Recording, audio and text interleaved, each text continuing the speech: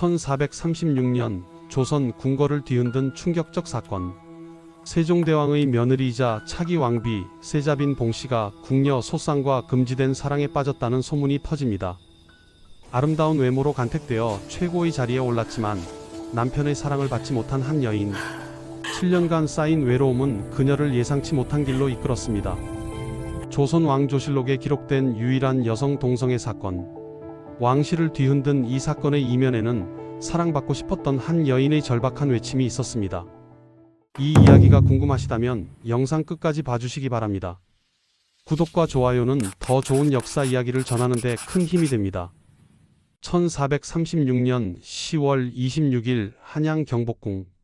세종대왕의 목소리가 사정전 안에 울려 퍼졌습니다. 세자빈을 패출하라. 이 말 한마디에 조정의 모든 신하들이 숨을 죽였습니다. 그것도 그럴 것이 이미 7년 전 첫 번째 며느리 휘빈 김씨를 쫓아낸 세종이 또다시 며느리를 내쫓는다는 소식이었으니까요. 과연 무슨 일이 있었던 걸까요? 그날 아침 세종은 세자빈 봉씨를 친히 불러 신문했습니다. 방 안에는 세종과 소원왕후 그리고 떨고 있는 궁녀 소쌍이 있었습니다. 소쌍, 내가 본 바를 사실대로 아뢰거라. 소쌍은 몸을 떨며 입을 열었습니다. 지난해 동짓날에 빈께서 저를 불러 내전으로 들어오게 하셨습니다. 다른 여종은 모두 지게문 밖에 있었습니다. 세종이 다그쳤습니다.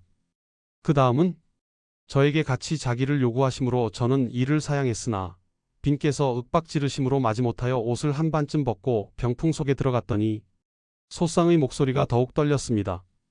빈께서 저희 나머지 옷을 다 빼앗고 강제로 들어와 눕게 하여 남자의 교합하는 형상과 같이 서로 희롱하였습니다. 방 안에 정적이 흘렀습니다. 세종은 눈을 감았습니다. 소원왕후는 고개를 돌렸습니다. 세자빈 봉씨는 부인했습니다. 아니옵니다. 억울하옵니다. 저와 그런 것이 아니고 소쌍이 단지와 그런 짓을 한 것입니다. 두녀는 더불어 서로 좋아하여 밤낮 없이 목을 맞대고 혓바닥을 빨았습니다. 저희끼리 한 짓으로 저는 처음부터 그런 일이 없었사옵니다. 세종이 날카롭게 물었습니다. 그렇다면 너는 그들이 그런 짓을 하는지는 어떻게 알았단 말이냐? 저는 단지 우연히 그들의 야릇한 짓을 보았습니다. 놀라고 떨렸습니다. 그 말에 거짓이 있다면 어떻게 될지 알고 이러느냐? 세자빈 봉씨, 봉과는 하음. 1429년 10월 15일 패출된 휘빈 김씨의 뒤를 이어 세자빈에 책봉되었던 여인입니다. 그녀의 아버지는 창녕 현감을 지낸 복녀였습니다. 당시 세종대왕은 54세, 세자 이항은 23세였습니다. 무엇이 이 아름다운 세자빈을 이 지경까지 몰고 온 걸까요? 세종은 7년 전을 떠올렸습니다. 첫 번째 며느리 휘빈 김씨가 주술을 부리다 쫓겨났을 때 세종은 신하들에게 말했습니다. 이번에는 세계와 부덕은 물론이고 인물도 아름다워야 한다. 혹시 인물이 아름답지 않다면 또한 불가할 것이다. 그렇게 간택된 것이 봉씨였습니다. 군신들이 모두 그녀의 용모에 만족했다고 실록은 기록하고 있습니다. 조선 왕실의 비빈 중 드물게 공식적으로 아름다운 여인으로 기록된 것입니다. 그런 그녀가 왜 궁녀와 동침했다는 것일까요? 세종은 며칠간 고민했습니다. 대신들은 극형을 주장했습니다. 전하, 이는 천륜을 어긴 대죄옵니다. 마땅히 엄벌에 처해 다시는 이런 일이 없도록 해야 합니다. 하지만 세종은 망설였습니다. 실록에는 이렇게 기록되어 있습니다. 2번이나 패출을 행한다면 더욱 나라 사람들의 눈과 귀를 놀라게 할 것이므로 나는 이를 매우 염려하여 처리할 바를 알지 못하겠다. 휘빈에 이어 또다시 며느리를 쫓아낸다. 이것은 단순히 집안 망신이 아니었습니다. 왕실의 위신이 걸린 문제였습니다. 하지만 결국 세종은 결단을 내렸습니다. 나와 세자가 몸소 집안을 올바르게 거느리지 못한 소치이다. 1436년 11월 7일 세종은 사정전에서 전교를 내렸습니다. 봉씨를 폐서인하고 궁 밖으로 내쫓는다는 명이었습니다. 세자빈에 오른 지 7년 만의 일이었습니다. 그러나 이것은 끝이 아니었습니다. 시작에 불과했습니다. 과연 그녀에게 무슨 일이 있었던 걸까요? 7년 전으로 거슬러 올라가 보겠습니다. 1429년 가을 한양 경복궁. 세종대왕 12년의 일입니다. 당시 세종은 33세, 세자 이항은 16세였습니다. 세종은 고민에 빠져 있었습니다. 불과 몇 달 전 첫 번째 며느리 휘빈 김씨를 궁에서 내쫓았기 때문입니다. 휘빈 김씨는 세자의 사랑을 얻기 위해 기이한 술법을 썼습니다. 세자가 총애하는 궁녀 효동과 덕금의 신발을 훔쳐 불태운 뒤 그 재를 술에 타서 세자에게 먹이려 했던 것입니다. 암수뱀이 교접할 때 흘린 액체를 수건으로 닦아 허리에 차는 압승술까지 시도했습니다. 이 일이 발각되어 휘빈 김씨는 간택 2년 3개월 만에 폐출되었습니다. 세종은 신하들을 불러 말했습니다. 이제 동궁을 위하여 배필을 간택할 때에는 마땅히 처녀를 잘 뽑아야 하겠다. 세계와 부덕은 본래부터 중요하나 혹시 인물이 아름답지 않다면 또한 불가할 것이다. 이번에는 외모도 보겠다는 것이었습니다. 세자가 마음에 들어 해야 그런 일이 없을 것이라 생각한 것입니다. 간택이 시작되었습니다. 후보 처녀들을 한 곳에 모이게 한 후 직접 용모를 보고 뽑는 방식이었습니다. 이는 매우 이례적인 일이었습니다. 그렇게 선택된 여인이 바로 하은 봉씨 집안의 딸 봉씨였습니다. 봉씨의 아버지는 창녕 현감을 지낸 봉녀였습니다. 할아버지는 봉유래였고 증조할머니는 고려 말 권문세족이었던 기철의 조카였습니다. 명문가는 아니었지만 나름 관직을 지낸 집안이었습니다. 실록은 이렇게 기록하고 있습니다. 군신을 막론하고 그녀의 외모에 만족하여 간택했다.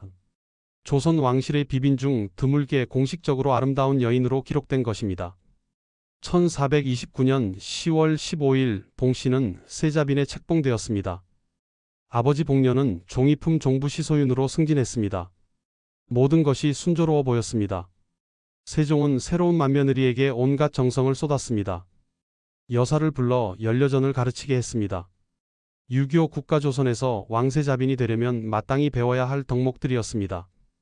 그런데 놀라운 일이 벌어졌습니다. 봉씨가 연려전을 배운 지 며칠 만에 책을 뜰에 던지면서 말했습니다. 내가 어찌 이것을 배운 후에 생활하겠는가. 세종과 소원왕후는 깜짝 놀랐습니다. 하지만 곧 젊은 나이의 패기라고 여기며 넘어갔습니다. 봉씨는 본래 자의식이 강한 여성이었던 것으로 보입니다. 실록은 이렇게 기록하고 있습니다. 성품이 거칠고 행동이 경솔했다. 그러나 세종은 기대했습니다. 아름다운 며느리니 세자가 총애할 것이고 곧 왕손을 얻게 될 것이라고 믿었습니다. 하지만 현실은 달랐습니다. 세자 이항은 봉씨에게 전혀 관심을 보이지 않았습니다. 그는 후궁들과 어울려 놀 뿐 정실인 봉씨는 거들떠보지도 않았습니다. 왜 그랬을까요? 문종은 훗날 세종에게 이렇게 말합니다. 내가 순빈을 총애한다면 투기하고 사나워져서 비록 칼날이라도 또한 가리지 않을 것이며 만약 그 뜻대로 된다면 옛날의 한나라 여후라도 또한 능히 이보다 더하지 못할 것입니다. 세자는 봉씨의 성격을 두려워했던 것입니다. 장차 왕비가 되어 권력을 잡을 수 있는 그릇이 안 된다고 본 것입니다. 봉씨는 외로웠습니다. 아름다운 외모로 간택되어 최고의 자리에 올랐지만 정작 남편의 사랑은 받지 못했습니다. 매일 밤 홀로 잠들어야 했습니다. 세월이 흘러 1435년 세종 17년이 되었습니다. 봉씨가 세자빈이 된 지 6년째 되던 해였습니다. 당시 세종은 39세, 세자 이항은 22세, 봉씨의 나이는 정확히 알 수 없지만 20대 초중반으로 추정됩니다. 그해 결정적인 사건이 일어났습니다. 세자의 후궁인 승희 권씨가 임신을 한 것입니다. 훗날 현덕 왕후가 되는 권씨였습니다. 이 소식을 들은 봉씨는 바깥에 새어나갈 정도로 큰 소리를 내어 울었습니다. 세종이 세자를 불러 타일렀습니다. 여러 후궁들이 있다고는 하나 정부인에게서 아들을 두는 것만큼 귀한 일이 있겠느냐. 세자는 마지못해 잠시 봉씨를 가까이 했습니다. 그러자 봉씨는 놀라운 거짓말을 했습니다. 자신도 태기가 있다고 말한 것입니다. 세종은 기뻐하며 봉씨의 거처를 조용한 곳으로 옮겨주고 특별 대접을 했습니다. 그러던 어느 날 봉씨는 낙태를 했다고 주장했습니다. 단단한 물건이 형체를 이루어 나왔는데 지금 이불 속에 있다고 말했습니다. 세종이 늙은 궁녀에게 시켜 확인하게 했습니다. 이불 속에는 아무것도 없었습니다. 세종은 얼마나 아이가 갖고 싶었으면 저럴까 하고 며느리를 동정하면서 문제를 삼지 않았습니다. 하지만 봉씨의 마음속 상처는 점점 깊어져 갔습니다. 남편은 자신을 사랑하지 않고 아이도 없고 후궁은 임신을 했고 세자빈으로서 자신의 위치는 점점 위태로워지고 있었습니다. 그 외로움과 절망 속에서 봉씨는 예상치 못한 위로를 찾게 됩니다. 1435년 세종 17년 가을 봉씨의 생활은 점점 더 무너져 갔습니다. 후궁 권씨의 임신 소식 이후 봉 씨의 행동은 점점 더 이상해졌습니다. 실록은 이렇게 기록하고 있습니다. 성품이 술을 즐겨 항상 방 속에 술을 준비해 두고는 큰 그릇으로 연거푸 술을 마시어 몹시 취하기를 좋아하였다. 봉 씨는 매일 밤 술을 마셨습니다. 술이 모자라면 사사로이 집에서 가져와서 마시기도 했습니다. 또한 좋은 음식물을 얻으면 실ong 속에 갈무리해 두고는 손수 그릇 속에 있는 것을 꺼내어서 먹었습니다. 다시 손수 이를 갈무리했습니다. 실록은 이렇게 비판합니다. 이것이 어찌 빈이 마땅히 할 짓이겠는가. 하지만 봉 씨에게는 이유가 있었습니다. 그녀는 외로웠고 통제할 수 없는 상황 속에서 자신이 통제할 수 있는 작은 것들에 집착했던 것입니다. 더 기이한 행동들도 있었습니다. 세자가 종하게 옮겨 거처할 때 봉 씨는 시녀들이 쓰는 변소에 가서 벽 틈 사이로 외간 사람을 엿보았다고 합니다. 또 술에 취해 여종들에게 업고 뜰 가운데를 다니게 하기도 했습니다. 심지어 궁녀들에게 남자를 사모하는 노래를 부르게 했다고 합니다. 조선시대 유교 사회에서 양반가의 여성 더군다나 왕세자빈이 이런 행위를 한다는 것은 상상도 못할 음란한 행위였습니다. 하지만 이것보다 더 심각한 문제가 있었습니다. 바로 질투와 투기였습니다. 봉 씨는 세자의 후궁들, 특히 임신한 권 씨를 못살게 굴었습니다. 세자가 조금이라도 관심을 보이는 궁녀가 있으면 폭력을 휘둘렀습니다. 때로는 죽을 만큼 때리기도 했습니다. 세자는 이런 봉 씨가 두려웠습니다. 그래서 더욱 멀리했습니다. 악순환이었습니다. 봉 씨가 세자의 사랑을 받지 못하자 투기했고, 투기하니 세자가 더욱 멀리했고, 멀리하니 봉 씨는 더욱 절망했습니다. 그런 봉 씨에게도 위로가 필요했습니다. 그 위로는 뜻밖의 곳에서 왔습니다. 궁녀 소쌍이었습니다. 소쌍은 봉 씨가 친정에서 데려온 수천궁녀였습니다. 낯선 궁궐에서 믿고 의지할 수 있는 최측근이었습니다. 처음에는 단순한 주종 관계였을 것입니다. 하지만 시간이 지나면서 관계는 변해갔습니다. 실록은 이렇게 기록하고 있습니다. 잠시라도 소쌍이 자리를 비우면 화를 내기 일쑤였고 곁을 떠나지 못하게 하였다. 봉 씨는 소쌍에게 집착했습니다. 소쌍이 자리를 비우면 참지 못했습니다. 나는 비록 너를 매우 사랑하나 너는 그다지 나를 사랑하지 않는구나. 봉 씨는 이렇게 말했다고 합니다. 소쌍과 가까이 하는 다른 시녀라면 모조리 질투의 대상이 되었습니다. 소쌍과 가까이 하는 시녀를 보기라도 하면 봉 씨는 시와 때를 가리지 않고 폭력을 휘둘렀습니다. 이것은 사랑이었을까요? 아니면 단순한 집착이었을까요? 현대의 관점에서 보면 이는 위기에 의한 성폭력일 가능성이 높습니다. 소쌍은 봉 씨의 부름을 두려워했다는 기록이 있습니다.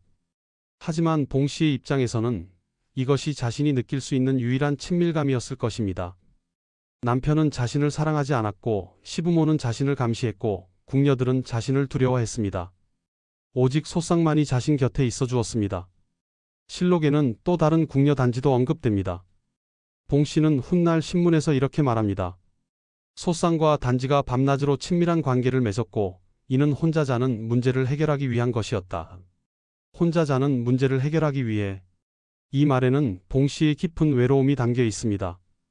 1435년 11월경부터 봉 씨와 소쌍의 관계는 더욱 깊어졌습니다. 실록은 지난해 동짓날이라고 기록하고 있으니 1435년 동지, 그러니까 12월 22일경부터였을 것입니다. 그리고 1436년에 들어서면서 봉 씨는 소쌍에게 자신의 혀를 빨도록 시켰습니다.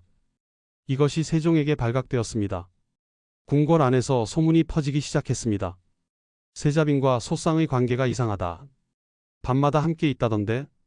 이불을 직접 정리하신다던데. 봉 씨는 소쌍과 밤을 보낸 후 자신이 직접 이불을 정리했습니다. 원래 세자빈의 잠자리는 궁녀들이 담당하는 것이었는데 봉 씨는 이를 거부하고 자신이 직접 했습니다. 그리고 그 이불을 세탁하는 일도 최측근에게만 은밀히 지시했습니다. 무언가를 숨기려는 행동이었습니다. 소문은 점점 커졌고 마침내 세종의 귀에까지 들어갔습니다. 세종은 믿을 수 없었습니다. 하지만 확인해야 했습니다. 1436년 10월 세종은 직접 소쌍을 불러 신문했습니다. 그리고 충격적인 진실을 듣게 됩니다. 1436년 10월 경복궁 내전. 세종은 소쌍을 불러 신문했습니다. 방 안에는 세종과 소원왕후만 있었습니다. 소쌍, 세자빈과 너 사이에 무슨 일이 있었는지 사실대로 아뢰거라. 거짓을 말하면 엄벌에 처할 것이다. 소상은 몸을 떨었습니다. 하지만 더 이상 숨길 수 없었습니다. 지난해 동짓날에 빈께서 저를 불러 내전으로 들어오게 하셨습니다. 1435년 12월 22일경의 일이었습니다. 다른 여종은 모두 지게문 밖에 있었습니다. 저에게 같이 자기를 요구하시므로 저는 이를 사양했으나 소상의 목소리가 떨렸습니다.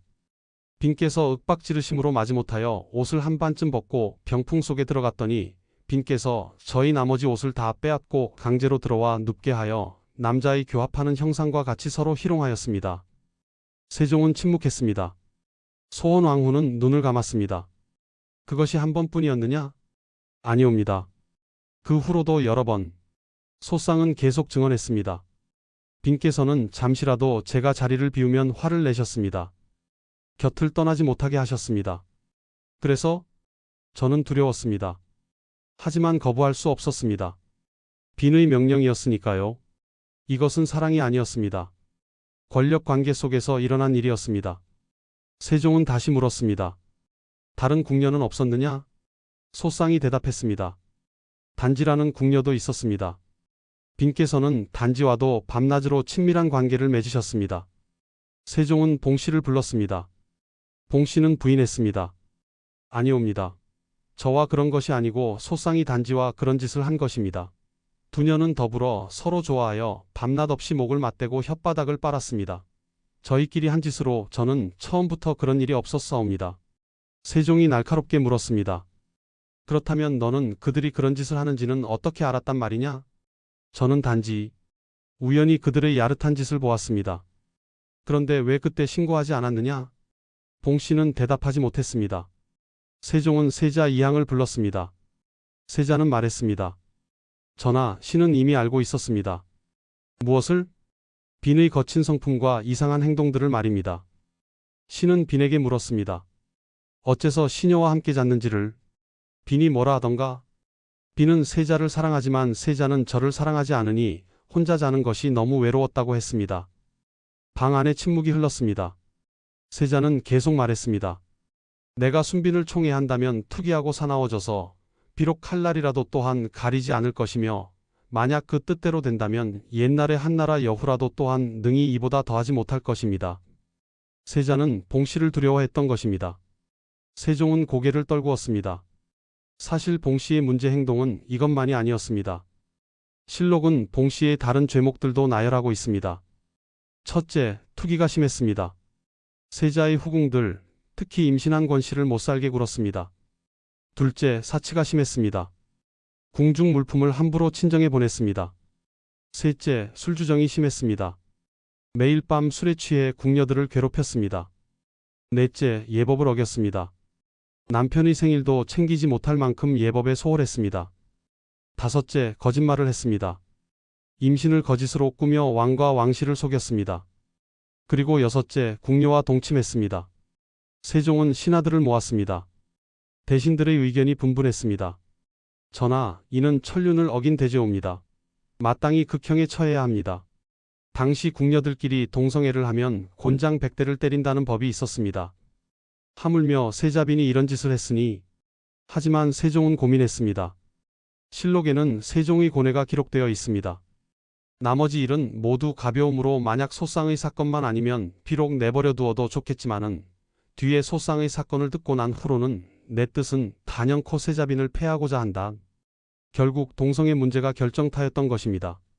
하지만 세종에게는 또 다른 고민이 있었습니다. 2번이나 폐출을 행한다면 더욱 나라 사람들의 눈과 귀를 놀라게 할 것이므로 나는 이를 매우 염려하여 처리할 바를 알지 못하겠다. 7년 전 휘빈 김씨에 이어 또다시 며느리를 쫓아낸다? 이것은 왕실의 수치였습니다. 세종은 며칠 밤을 고민했습니다. 하지만 결국 결단을 내렸습니다. 나와 세자가 몸소 집안을 올바르게 거느리지 못한 소치이다. 이것은 사과였습니다. 왕으로서, 시아버지로서 자신의 잘못을 인정한 것입니다. 1436년 10월 26일 세종은 봉씨를 폐출하기로 결정했습니다. 그리고 11월 7일 사정전에서 정식으로 전교를 내렸습니다. 세자빈 봉씨를 폐서인하고 궁 밖으로 내쫓는다는 명이었습니다. 세자빈에 오른 지 7년 만의 일이었습니다. 1436년 봄부터 여름까지 경복궁 안에는 이상한 소문이 돌기 시작했습니다. 세자빈께서 요즘 이상하다던데. 무엇이?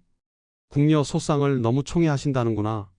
잠시라도 곁을 떠나면 화를 내신다더라. 설마. 하지만 소문은 점점 구체적으로 변해갔습니다. 세자빈께서 직접 이불을 정리하신다던데. 그게 무슨 이상한 일이람? 원래 궁녀들이 하는 일인데 이제는 아무도 못 들어가게 하신단다. 오직 소상에게만 은밀히 세탁을 맡기신다더라. 늙은 상궁들은 고개를 가로저었습니다. 무언가를 숨기시는 게 틀림없어. 궁궐은 좁았습니다. 아무리 숨기려 해도 수백 명의 궁녀와 내시들이 사는 곳에서 비밀을 지킬 수는 없었습니다. 더 구체적인 증언들이 나왔습니다. 소상이 빈의 처소에서 밤을 보낸다던데. 다른 궁녀들은 모두 밖에서 자는데 소상만 안에서 잔다더라. 그것뿐이 아니야. 소상과 가까이 지내는 궁녀를 보기만 하면 세자빈께서 직접 매질을 하신다던데. 직접? 궁녀에게 시키지도 않고? 그래. 시와 때를 가리지 않으시고 때로는 죽을 만큼 때리신단다. 이것은 심상치 않은 일이었습니다. 세자빈의 다른 이상한 행동들도 궁녀들 사이에서 화제가 되었습니다. 매일 밤 술을 드신다던데. 큰 그릇으로 연거푸 마시어 몹시 취하기를 좋아하신다더라. 술이 모자라면 사사로이 친정에서 가져오신단다. 또 다른 궁녀가 말했습니다. 좋은 음식을 얻으면 실ong 속에 숨겨두고 혼자 드신다던데. 손수 꺼내고 손수 감추신단다. 세자빈께서 그런 일을 직접 하신다고? 이것이 어찌 빈이 마땅히 할 짓인가? 더 충격적인 이야기도 있었습니다. 세자께서 종학에 계실 때 빈께서 시녀들의 변소에 가셔서 벽 틈으로 외간 사람을 엿보셨다던데. 거짓말. 정말이야. 여러 궁녀가 보았다네. 또 술에 취해 여종들에게 엎혀서 뜰을 다니신다더라. 심지어 궁녀들에게 남자를 사모하는 노래를 부르게 하셨다는구나. 궁녀들은 쑥덕거렸습니다. 이게 과연 세자빈께서 하실 일인가? 다음 왕비가 되실 분이. 소문은 점점 커졌고 결국 세종과 소원왕후의 귀에까지 들어갔습니다. 세종은 처음에 믿지 않았습니다. 그럴 리가 없다. 소문일 뿐이다. 하지만 소원왕후는 직접 확인하기로 했습니다. 소원왕후는 은밀히 측근 상궁을 시켜 봉씨의 처소를 지켜보게 했습니다. 며칠 후 상궁이 보고했습니다. 중전마마, 소문이 사실인 듯합니다. 무엇을 보았느냐? 소상이 밤마다 빈의 처소에 들어가 아침에 나옵니다. 다른 궁녀들은 모두 밖에서 자는데. 소원왕후는 한숨을 쉬었습니다. 그녀는 며칠 전 우연히 목격한 장면을 떠올렸습니다. 세종 18년 1436년 어느 날이었습니다. 소원왕후가 우연히 봉씨의 처소 근처를 지나가다가 안에서 들리는 소리를 들었습니다. 나는 비록 너를 매우 사랑하나 너는 그다지 나를 사랑하지 않는구나. 봉씨의 목소리였습니다. 아니옵니다, 마마. 저도. 소상의 떨리는 목소리가 들렸습니다. 소원왕후는 그 자리에 얼어붙었습니다. 더 이상 듣고 싶지 않아 자리를 떴지만 마음속에는 불안이 자리 잡았습니다.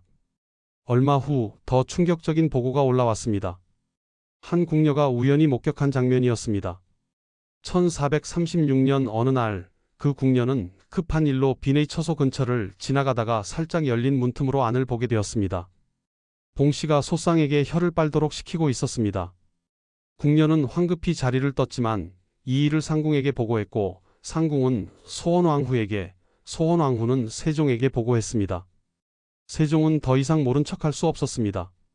하지만 세종에게는 또 다른 고민이 있었습니다. 7년 전 첫 번째 며느리 휘빈 김씨를 쫓아낸 일이 떠올랐습니다. 그때도 궁궐 안에는 소문이 자자했습니다. 나라 사람들이 모두 수군거렸습니다. 왕실이 며느리 하나 제대로 간택하지 못하는가? 세자빈을 2번이나 바꾸다니.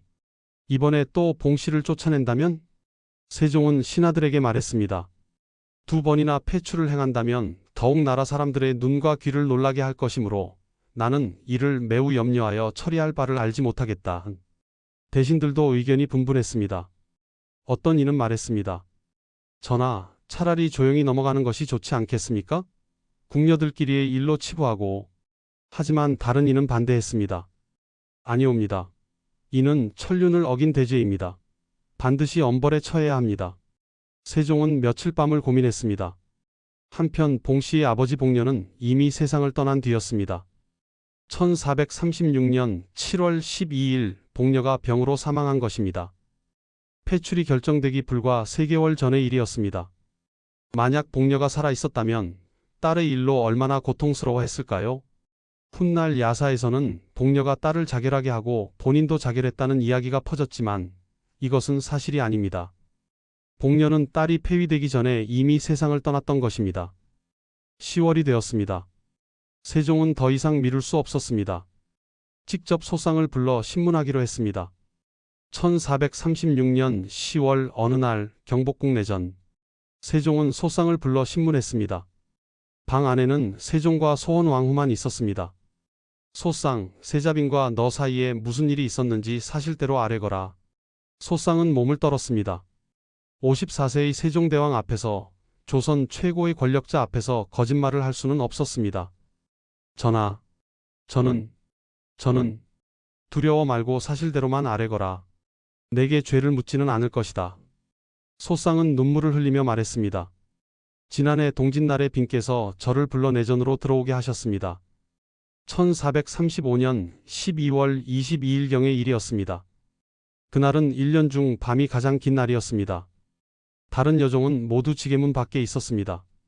빈께서 저에게 같이 자기를 요구하심으로 저는 이를 사양했으나, 세종이 물었습니다. 사양했다고? 예, 전하.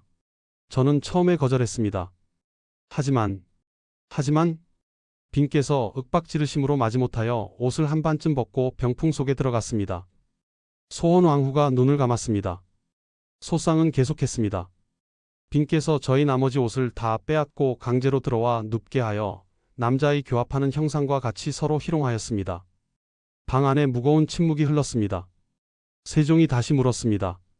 그것이 한 번뿐이었느냐? 아니옵니다. 그 후로도 여러 번, 거의 매일 밤, 내가 원해서였느냐? 소상이 고개를 저었습니다. 아니옵니다, 전하. 저는 두려웠습니다. 빈의 명령을 거부할 수 없었습니다. 이것은 중요한 증언이었습니다. 이것은 합의된 관계가 아니라 위기에 의한 강요였던 것입니다. 세종이 물었습니다. 빈이 너를 어떻게 대했느냐? 빈께서는 잠시라도 제가 자리를 비우면 화를 내셨습니다. 다른 궁녀들과 이야기하는 것도 허락하지 않으셨습니다. 그래서 어느 날 빈께서 저에게 말씀하셨습니다. 나는 비록 너를 매우 사랑하나 너는 그다지 나를 사랑하지 않는구나 라고. 소원왕후가 한숨을 쉬었습니다. 세종이 다시 물었습니다. 혀를 빨았다는 것은 사실이냐? 소상이 고개를 끄덕였습니다. 예, 전하. 올해 들어서 빈께서 저에게 혀를 빨도록 명하셨습니다. 그것을 누가 보았느냐? 한 궁녀가 우연히 문틈으로 보았다고 들었습니다. 그 후로 궁중에 소문이 퍼졌습니다. 세종은 봉씨를 불렀습니다. 봉씨가 들어왔을 때 그녀의 얼굴은 창백했습니다. 이미 무슨 일인지 알고 있는 듯 했습니다. 세자빈, 소상과 너 사이에 무슨 일이 있었느냐? 봉씨는 단호하게 부인했습니다. 아니옵니다. 억울하옵니다. 저와 그런 것이 아니고 소상이 단지와 그런 짓을 한 것입니다. 단지? 예. 소상과 단지 두 년은 더불어 서로 좋아하여 밤낮 없이 목을 맞대고 혓바닥을 빨았습니다. 저희끼리 한 짓으로 저는 처음부터 그런 일이 없었사옵니다. 세종이 날카롭게 물었습니다. 그렇다면 너는 그들이 그런 짓을 하는지는 어떻게 알았단 말이냐? 봉씨는 잠시 당황했습니다. 저는 단지 우연히 그들의 야릇한 짓을 보았습니다. 놀라고 떨렸습니다. 보았다면 왜 그때 즉시 신고하지 않았느냐? 그것이 궁중의 법도를 어긴 일이라는 것을 몰랐느냐? 봉씨는 대답하지 못했습니다. 세종이 계속 물었습니다. 그리고 소상이 증언한 내용은 어떻게 설명할 것이냐? 지난해 동짓날 너는 소상에게 무엇을 했느냐? 봉씨는 침묵했습니다. 세종은 세자 이항을 불렀습니다. 23세의 세자가 들어왔습니다. 세자, 네가 아는 바를 아뢰거라. 세자가 말했습니다. 전하, 신은 빈의 이상한 행동들을 여러 번 목격했습니다. 어떤 행동들이냐? 소상을 지나치게 총애하는 것, 소상과 가까이 지내는 궁녀들을 폭행하는 것, 그리고 세자는 잠시 말을 멈췄다가 계속했습니다. 신이 빈에게 물었습니다. 어째서 시녀와 함께 자는지를. 빈이 뭐라 하던가? 빈은 이렇게 대답했습니다. 세자를 사랑하지만 세자는 저를 사랑하지 않으니 혼자 자는 것이 너무 외로웠다고 했습니다. 방 안에 무거운 침묵이 흘렀습니다. 세자는 계속 말했습니다. 신은 빈을 두려워했습니다. 내가 조금이라도 총애하는 기색을 보이면 빈은 투기하고 사나워져서 칼날도 가리지 않을 것 같았습니다. 세종이 물었습니다. 그래서 빈을 멀리했다는 것이냐? 예, 전하. 신은 빈이 왕비가 되어 권력을 잡는다면 어떻게 될지 두려웠습니다. 봉씨가 울음을 터뜨렸습니다. 세자께서 저를 사랑하셨다면 이런 일은 없었을 것입니다. 저는 외로웠습니다. 7년 동안 홀로 잠들어야 했습니다. 세종이 단호하게 말했습니다. 네가 외로웠다 한들 그것이 궁녀와 동침할 이유가 되느냐? 왕세자빈으로서 마땅히 지켜야 할 예법이 있는 법이다. 봉씨는 더 이상 변명하지 못했습니다.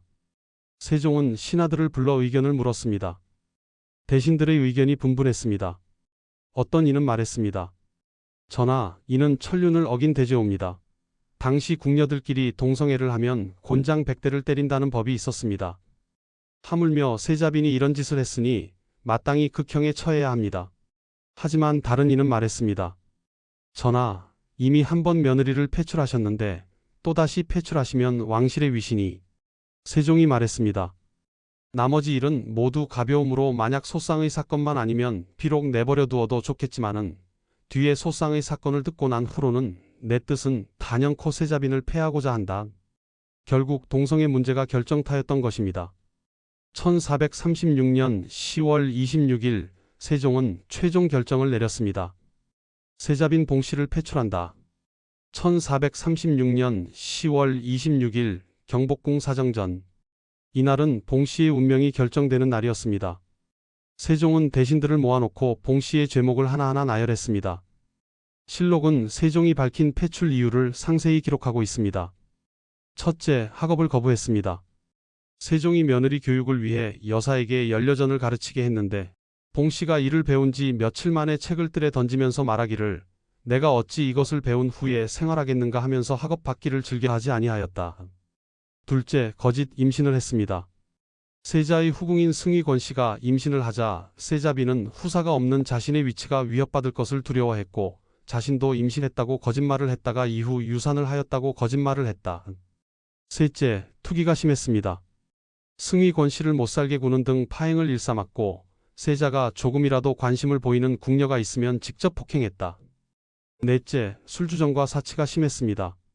성품이 술을 즐겨 항상 방 속에 술을 준비해 두고는 큰 그릇으로 연거푸 술을 마시어 몹시 취하기를 좋아하였다. 또한 좋은 음식물을 얻으면 실ong 속에 갈무리해 두고서는 손수 그릇 속에 있는 것을 꺼내어서 먹었다. 다섯째, 예법을 어겼습니다. 세자가 종학에 옮겨 거처할 때 시녀들의 변소에 가서 벽 틈 사이로 외간 사람을 엿보았고 술에 취해 여종들에게 업고 뜰 가운데를 다니게 했으며 궁녀들에게 남자를 사모하는 노래를 부르게 했다. 그리고 마지막으로 여섯째, 1435년 11월경부터 세자빈은 자신이 부리는 궁녀 소상과 동침하였고 1436년 소상에게 자신의 혀를 빨도록 시켰으나 세종에게 발각되었다. 세종은 말했습니다. 나머지 일은 모두 가벼움으로 만약 소상의 사건만 아니면 비록 내버려 두어도 좋겠지만은 뒤에 소상의 사건을 듣고 난 후로는 내 뜻은 단연코 세자빈을 폐하고자 한다. 대신들 중 일부는 극형을 주장했습니다. 전하, 이는 천륜을 어긴 대죄옵니다. 마땅히 사약을 내리시어 다시는 이런 일이 없도록 해야 합니다. 하지만 세종은 고개를 저었습니다. 아니다. 비록 죄는 크나 목숨까지 앗을 수는 없다. 패서 인하여 궁 밖으로 내치는 것으로 족하다. 이것은 세종의 자비였을까요? 아니면 왕실의 체면을 지키기 위한 것이었을까요? 한 가지 분명한 것은 세종 역시 고통스러워했다는 것입니다. 하물며 지금 세자는 전에 김씨를 패했는데 또 봉씨를 패하게 되니 이것은 나와 세자가 몸소 집안을 올바르게 거느리지 못한 소치이다. 이것은 사과였습니다. 신하들과 백성들에 대한 사과였습니다. 10월 26일 폐출이 결정되었습니다. 하지만 실제 전교는 11월 7일에 내려졌습니다. 그 12일 동안 세종은 고민했습니다. 정말 이것이 옳은 선택인지 다른 방법은 없는지. 하지만 결국 11월 7일 세종은 사정전에서 정식으로 전교를 내렸습니다. 세자빈 봉씨를 패서인하고 궁 밖으로 내친다. 봉 씨는 궁녀복을 벗고 평민의 옷으로 갈아입었습니다. 세자빈에 오른 지 7년 만의 일이었습니다. 그녀가 입궁했을 때는 1429년, 그녀의 나이는 아마 10대 후반이었을 것입니다.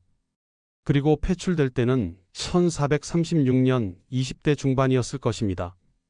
가장 아름답고 빛나야 할 시절을 그녀는 외로움과 절망 속에서 보냈습니다. 봉 씨는 궁궐문을 나섰습니다. 그녀를 기다리는 것은 무엇이었을까요? 아버지 봉녀는 이미 3개월 전인 7월 12일에 병으로 사망했습니다. 어머니나 형제들이 있었을 것입니다. 하지만 그들이 폐서인이 된 딸을 어떻게 받아들였을지는 알 수 없습니다. 야사에는 이런 이야기가 전해집니다. 친정으로 돌아간 봉 씨를 아버지 봉녀가 허리띠를 풀어 딸의 목에 감고 말했다. 자, 목을 매달아라. 다시 태어날 때는 사내가 되어서 나오너라. 하지만 이것은 사실이 아닙니다. 봉녀는 딸이 폐출되기 3개월 전에 이미 세상을 떠났습니다. 시간적으로 불가능한 이야기입니다. 이 야사는 아마도 후대 사람들이 만들어낸 이야기일 것입니다. 봉 씨의 비극을 더욱 극적으로 만들기 위해서였을까요? 실제로 봉 씨에게 무슨 일이 일어났는지는 역사에 기록되어 있지 않습니다.